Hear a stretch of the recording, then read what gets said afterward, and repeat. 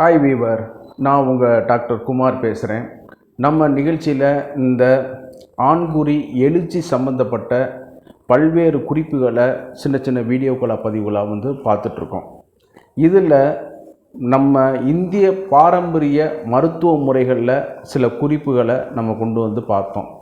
அதே நேரத்தில் வாத்ஸ்யாயனார் எழுதிய காமசாஸ்திராவில் கூறப்பட்டுள்ள சில மருத்துவ முறைகளையும் கொஞ்சம் பார்த்துட்டு வந்துட்டு இருந்தோம். அதே நேரத்தில் நவீன மருத்துவத்தில் உள்ள சில மருந்துகள், டெடலஃபில்சிட்ரேட், சைடலஃபில்சிட்ரேட் அப்படின்னு சொல்லக்கூடிய இன்றைக்கி மாடர்ன் நேமில் வயாக்ரான்னு சொல்லக்கூடிய மருந்துகள், அதே நேரத்தில் மல்டிவிட்டமின், அஸ்டாக்சைனின், இந்த மாதிரிலாம் இந்த சில இதுகளை பார்த்துட்டு இருந்தோம். அந்த வகையில் இன்றைக்கி நம்ம பார்க்கக்கூடியது நவீன மருத்துவத்தில் அறுவை சிகிச்சையினுடைய பங்கு இன்றியமையாதது. ஒரு இன்றைக்கி உள்ள காலகட்டத்தில் நவீனமான மயமாக்கலில் பெருகி வரக்கூடிய சாலை விபத்துகளாக இருக்கட்டும் சரி, பேரிடர்களாக இருக்கட்டும் சரி, வீட்டில் இருக்கக்கூடிய ஒரு இதாக இருக்கட்டும், அதே நேரத்தில் உடம்பில் தோன்றக்கூடிய சில ஒரு பக்க விளைவு கட்டிகள், இந்த மாதிரியான இதுகளுக்கு அறுவை சிகிச்சையின் மூலமாக இன்றைக்கி குயிக்கான ஒரு ரெமிடியை நம்ம தேடிக்கிற முடியும். அதே நேரத்தில் இன்றைக்கி ரீகன்ஸ்ட்ரக்டிவ், அந்த முடங்கள் சொல்லுவோம் இல்லையா, ஊனங்கள், அந்த மாதிரியானதை சரி பண்ணி இன்றைக்கி நம்ம நார்மலான லைஃப்பில் நடத்திட்டு போகிறதுக்கு இந்த அறுவை சிகிச்சை மருத்துவம் மிக துணை புரியுது. அதில் மாற்று கருத்துக்கள் கிடையாது. அப்படிப்பட்ட இந்த அறுவை சிகிச்சை மருத்துவத்தின் மூலமாக கூட இந்த ஆண்குறி எழுச்சியின்மையை நம்ம சரி செய்ய முடியும். நம்ம நினச்சிட்ருக்கோம் இந்த அறுவை சிகிச்சைக்கு காலகட்டங்கள் இப்போ தான் ரீசன்ட் டேஸில் பெருகிட்டு வந்துட்டுருக்குன்னு நினச்சிட்ருக்கோம். ஆனால் இந்த ஆண்குறி எழுச்சி, அதாவது ஆண்குறியை எழுச்சி அடைய வைக்கக்கூடியது ஏறத்தாழ 19th 19ஆம் நூற்றாண்டினுடைய ஆரம்ப காலகட்டத்தில் இதுக்கான அறுவை இதெல்லாம் தோன்றிடுச்சு. நம்ம இன்றைக்கி உள்ள மாடர்னைஸ்டாக இதை பார்த்துட்ருக்கோம். பட் இந்த ஆராய்ச்சிகள் 19th இறுதி ஆரம்ப கட்டத்திலே வந்துடுச்சுன்னா அதுக்கு மிக இல்லை. ஏறத்தாழ 1936ஆம் ஆண்டு, ஏன்னா நம்ம சொல்கிறது கொஞ்சம் ஆதாரப்பூர்வமாக தான் சொல்லணும். 1936ஆம் ஆண்டு ஒரு போரினால் பாதிக்கப்பட்ட ஒரு இராணுவ வீரருக்கு அவருடைய ஆண்குறி கம்ப்ளீட்டாக டெஸ்ட்ரக்ஷன் ஆயிடுச்சு. சரிங்களா? அந்த ஆண்குறியை 1936ஆம் ஆண்டு என்ஏ போர்கஸ் அப்படின்னு சொல்லக்கூடிய ஒரு ஆங்கில மருத்துவர் அதை நம்ம ரிப்பு போன்னு சொல்கிறோம் இல்லையா, மார்பெலும்பில் இருக்கக்கூடிய ரிப்பு போன், அதனுள்ள கார்டிலேஜஸை எடுத்து ஒரு அறுவை சிகிச்சையின் மூலமாக வைக்கிறார். இதுதான் ஒரு பெரிய ஒரு ஃபஸ்ட்டு அதுக்கான ஒரு இது. சரிங்களா? அதாவது ஆண் தான் மட்டும் ஒரு திருப்தி அடைப்புங்கிற ஒரு இது இங்கே கிடையாது. தனது பார்ட்னரையும் திருப்தி அடைத்து வைக்கணும். அதுதான் ஒரு இல்லறத்தினுடைய ஒரு இது. அந்த வகையில் இந்த மருத்துவர் செய்த 1936ஆம் ஆண்டு இந்த என்ஏ போர்கஸ் அப்படின்னு சொல்லக்கூடிய மருத்துவர் செய்த முதல் அறுவை சிகிச்சை தான் இன்றைக்கி இதற்கு ஒரு ஆரம்ப அறிகுறி.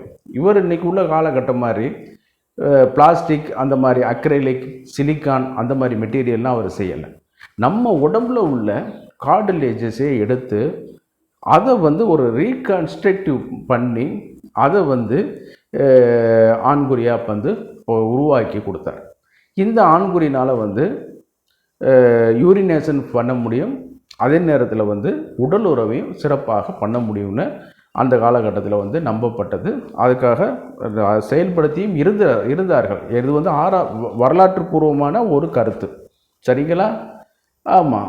இதில் அந்த நரம்புகள் கொஞ்சம் கொஞ்சமாக இது பண்ணும்போது அந்த நர்வ் எண்டிங் இவருக்கும் கூட உடல் உறவில் ஒரு திருப்திப்படுத்தப்பட்டிருக்கும். அதே காலகட்டத்தில் 1955ஆம் ஆண்டு ஸ்காட்டுங்கிற ஒரு மேலை நாட்டு மருத்துவர் அக்ரைலிக் அப்படின்னு சொல்லக்கூடிய ஒரு வேதிப்பொருட்களை நம்ம அக்ரைலிக் பெயிண்ட் அந்த மாதிரி ஒன்று பயன்படுத்துவோம் பார்த்தீங்களா? ஆமாம், அக்ரைலிக் கோட்டிங், அக்ரைலிக் இது இப்போ சிலிக்கான் அழிக்கிற மெட்டீரியலை பயன்படுத்தி இன்றைக்கி உள்ளதெல்லாம் இருக்குது. அதை பயன்படுத்தி ஒரு ஆண்குறிக்கு உள்ளைக்க வைக்கக்கூடிய ஒரு பொருளை வந்து கண்டுபிடிக்கிறாரு. ஆனால் அது வந்து இந்த நீண்ட காலம் வந்து நீடிக்கலை. ஏன்னு கேட்டிங்கன்னா நாசாவுடைய ஒத்துழைப்பினால் வந்து அவங்க வந்து ஒரு உயர்தர சிலிக்கான் மெட்டீரியலை வந்து கண்டுபிடிக்கிறார்கள். ஆமாம், அது ஸ்பேஸுக்கு இது பண்ணக்கூடிய ஒரு இதில் இதை வந்து அமெரிக்கன் மெடிக்கல் சிஸ்டம் வந்து அவங்க வந்து அதை வந்து அவங்களுக்குள்ள உள்ள பரிமாற்றங்கள் இருக்கும். இப்போ நம்ம இது மாதிரி வந்து ஒவ்வொரு ஆள் மறைத்து வைத்திருக்க மாட்டார்கள். அந்த இதை வந்து 2 குரூப் ஆஃப் மெக்கானிசமாக பிரிந்து கொண்டு இந்த சிலிக்கான் மெட்டீரியலை வைத்து 1964ஆம் ஆண்டு ஹார்வே அப்படின்னு சொல்லக்கூடிய ஒரு மேலை நாட்டு மருத்துவர் வந்து இதை வந்து முதல்ல வந்து பேப்பர் ப்ரெசன்டேஷன் பண்ணுறார். இந்த அக்ரிலிக் மெட்டீரியலை வந்து ஆண்குறிக்கு உள்ளைக்க வைக்கும் பொழுது அது வந்து ஆண்குறி மாதிரியே இதாகிட்டுருக்கும். நல்லா வந்து எப்போதும் இதாகிட்டுருக்கும். பெண்ணை வந்து ஒரு திருப்திப்படுத்த முடியும். டெஸ்ட்ரக்டிவாக இருந்தாலும் சரி, ரீகன்ஸ்ட்ரக்டிவ் தெரப்பாக இதாக இருந்தாலும் சரி, இந்த ஆண்குறிக்கு உள்ளைக்க வைத்து கொண்டு இது பண்ணும் பொழுது வந்து இதாக இருக்கும், சிறப்பாக செயல்படும் முறையும் கூட சொல்லியிருந்தார். அதே நேரத்தில் வந்து இந்த சிலிக்கான் இது வந்து உடம்போட வந்து வினை புரியாது, உடம்புக்கும் பாதுகாப்பு அப்படிங்கிற மாதிரி சொல்லி கொண்டு வந்தார்கள். இது கொஞ்சம் லென்த்தியான வீடியோ தான், கொஞ்சம் தயவு செய்து கேளுங்க. அப்போ தான் நம்மளுக்கு வந்து கொஞ்சம் கொஞ்சமாக புரிய ஆரம்பிக்கும். அப்போ வந்து என்னன்னு கேட்டிங்கன்னா இந்த நீண்ட காலமாக வந்து புழக்கத்தில் வந்து இருந்தது. இதனுடைய டிஸ்அட்வான்டேஜ் என்னென்னு கேட்டிங்கன்னா எப்போதும் வந்து ஆண்குறி வந்து எரெக்ஷனான பொசிஷன்லேயே இருக்க மாதிரி ஒரு இது இருக்கும். சரிங்களா? அப்படி இருந்தாலும் பரவாயில்ல, அவங்களுக்கு வந்து ஒரு திருப்தியும் கிடைக்குது, உள்ளூரையும் கொள்ள முடியுது. இது வந்து இந்த குளிர் பிரதேசத்தில் வேலை பார்க்கக்கூடிய மிலிட்ரி மேன் இவங்களுக்கெல்லாம் அது வந்து ரொம்ப வந்து ஹெல்ப்ஃபுல்லாக இருந்தது அப்படிங்கிற மாதிரி சொல்கிறாங்க. ஏன்னு கேட்டிங்கன்னா இந்த மிலிட்ரி மேன்ஸுங்க அவங்களுக்கு வந்து குளிர் பிரதேசத்தில், அதாவது அங்கேயே வாழ்ந்து கொண்டு இருக்கிறவர்களுக்கு அந்த பிரச்சனையும் கிடையாது. ஆனால் இங்கேருந்து பணி நிமித்தமாக மாற்றி போபவர்களுக்கு வந்து என்னன்னு கேட்டிங்கன்னா அவங்க வந்து இந்த பேரிடரை வந்து சமாளித்து ஆகணும். அதாவது இயற்கை பேரிடர் கிடையாது, தனது பாடியில் உடம்பில் நடக்கக்கூடிய பேரிடரை அவங்க அனுபவிச்சு தான் ஆகணும். அப்போ அவங்களுக்காக இந்த அறுவை சிகிச்சை பண்ணி வெற்றிகரமாக கொண்டு வந்தார்கள்.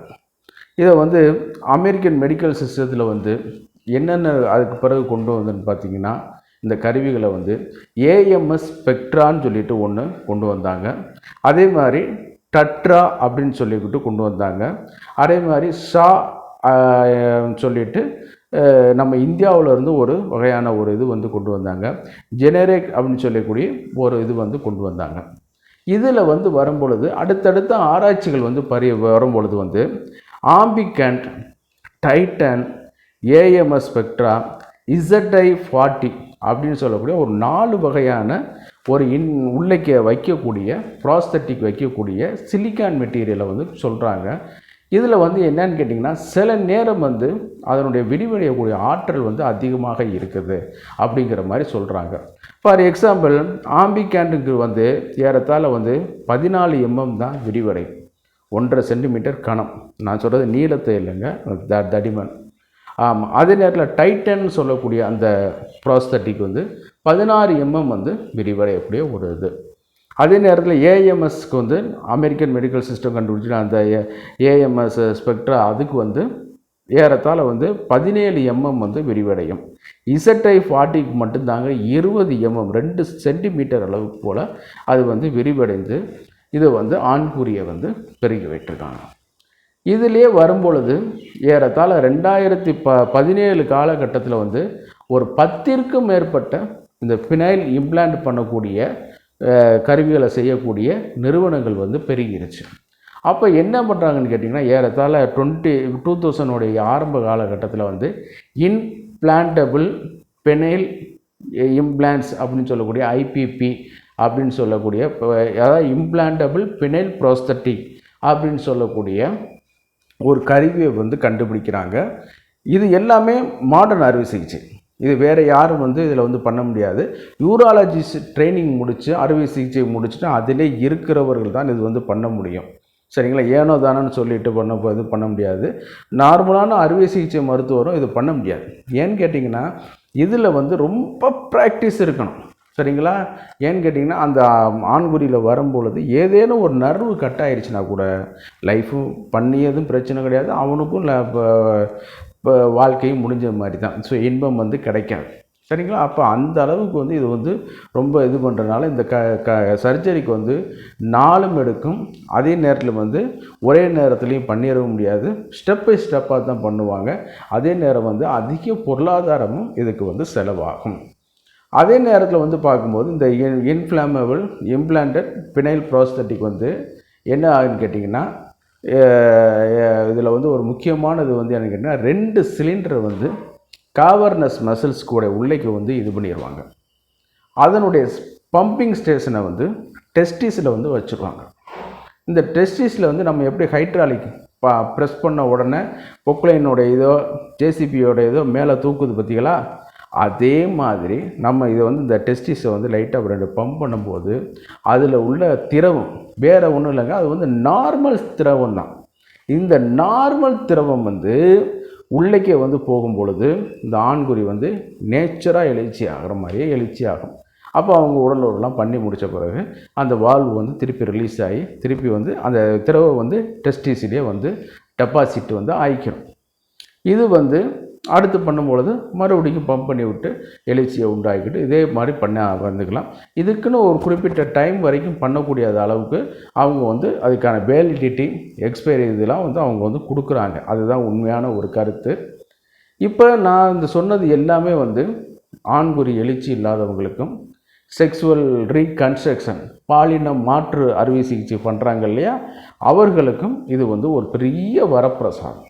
அதே நேரத்தில் வந்து வேறு ஏதேனும் காலகட்டத்திலையோ மிலிட்ரி இராணுவ சூழ்நிலையில் பணிபுரியும் பொழுதோ அல்லது வேறு ஏதேனும் காரணங்களாலோ விபத்துக்களாலோ போர்களினாலோ இந்த ஆண்குறி பாதிக்கப்படும் பொழுது அல்லது டிஸ்ட்ரக்டிவ் ஆகும் பொழுது இந்த அறுவை சிகிச்சை வந்து அவர்களுக்கு வந்து ஒரு சிறப்பான ஒரு இடத்தை வந்து வைக்கிறது. அதில் மாற்றுக்கிறது கிடையாது. இரண்டாவது வந்து இவைகள் அனைத்தும் ஒரு தகுதி வாய்ந்த மருத்துவரின் கீழ் பண்ணப்படுவதனால வந்து ரொம்ப பாதுகாப்பானது. எல்லா மருத்துவமனையிலும் பண்ண மாட்டார்கள். அதற்குன்னு உள்ள ஸ்பெஷலைஸ்டு மருத்துவமனையில் தான் அது வந்து பண்ணுவார்கள்.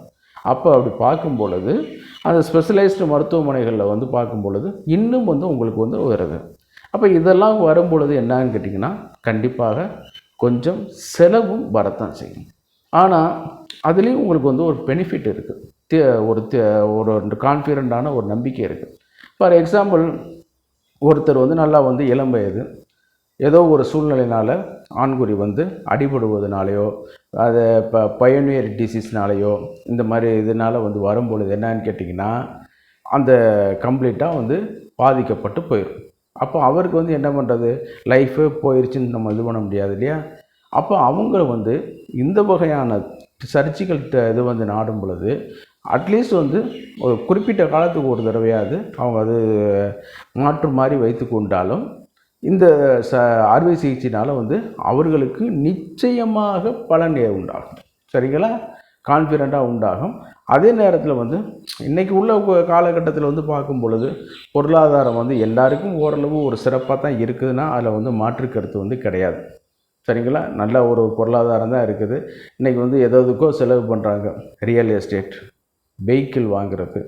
அதே நேரத்தில் இதெல்லாம் வந்து நான் சொல்கிறது வந்து சாதாரணமாக நான் சொல்கிறேன், எல்லாமே ஹையஸ்ட். அந்த மாதிரி வரும்பொழுது இந்த மாதிரி பாதிக்கப்பட்டவங்க இதற்கான ஒரு இது வந்து பண்ணி கொண்டு இது பண்ணும் பொழுது உங்களுக்கு வந்து இன்னும் கொஞ்சம் ஒரு திருப்தியாகவும் இருக்கும். அதே நேரத்தில் ஒரு தாம்பத்தியத்தில் ஈடுபடுறதுக்கு உங்களுக்கு இன்னும் வந்து ஒரு வலிமையான ஒரு ஆற்றலும் இருக்கும். சரிங்களா, இப்போ நிகழ்ச்சியோட இறுதி பகுதிக்கு வந்துட்டோம். இப்போ நம்ம சொன்னது எல்லாமே நவீன மருத்துவத்தில் உள்ள அறுவை சிகிச்சையோட பங்கைத்தான் இன்றைக்கி வந்து பார்த்துருக்கோம். இந்த அறுவை சிகிச்சை பங்குகள் எல்லாமே பார்ட் எல்லாமே ஒரு தகுதி வாய்ந்த மருத்துவரின் மேலே கீழே தான் செயல்படும். அவங்களுக்கான குறிப்பு, இதுக்கான அறுவை சிகிச்சை டிசிஷன் எல்லாமே எடுப்பது வந்து உங்களுக்கு அறுவை சிகிச்சை தேவையா தேவை இல்லையா, நல்லது என்ன கெட்டது என்ன சொல்லி விளக்க வைக்குவது வந்து அந்த மருத்துவர்களுடைய கடமை. சரிங்களா, நம்ம வந்து இந்த மாதிரியான இதுகள்லாம் இருக்குது அப்படிங்கிறத நீங்கள் தெரிஞ்சுக்கிறதுங்கிறதுக்காகத்தான் இந்த பதிவு ஒழிய வேறு ஒன்றும் கிடையாது. சரிங்களா, ஆமாம். இப்போ வந்து பார்க்கும்போது நிகழ்ச்சியோட இறுதி பகுதிக்கு வந்துட்டோம். கண்டிப்பாக அந்த நிகழ்ச்சி உங்களுக்கு பிடிச்சிருக்கும்னு நான் நினைக்கிறேன். அதனால் நீங்கள் லைக் பண்ணுங்கள். நீங்கள் கொடுக்கக்கூடிய லைக் தான் எங்களுக்கு வந்து ஒரு கிளாப் மாதிரி அடுத்தடுத்த நிகழ்ச்சிகளை செய்வதற்கும் எங்களுக்கு வந்து ஒரு ஊக்கமாக அமையும். அதே நேரத்தில் இது இந்த நிகழ்ச்சி உங்களுக்கு பயனுள்ளதாக இருந்துச்சுன்னா சப்ஸ்கிரைப் பண்ணி தொடர்ச்சியாக வரக்கூடிய வீடியோக்களை வந்து பார்க்குமாறு கேட்டுக்கொள்கிறேன். அதே நேரம் வந்து இந்த வீடியோ வந்து மற்றவர்களுக்கும் பயனுள்ளதாக இருக்குன்னு கேட்டிங்கன்னா ஷேர் பண்ணி எங்களுக்கு ஹெல்ப் பண்ணுமாறு மிக பணிவோடு கேட்டுக்கொள்கிறேன். நான் உங்கள் டாக்டர் குமார். மீண்டும் ஒரு நிகழ்ச்சியில் சந்திக்கும் வரை நன்றி கூறி விடைபெறுகிறேன். நன்றி, வணக்கம்.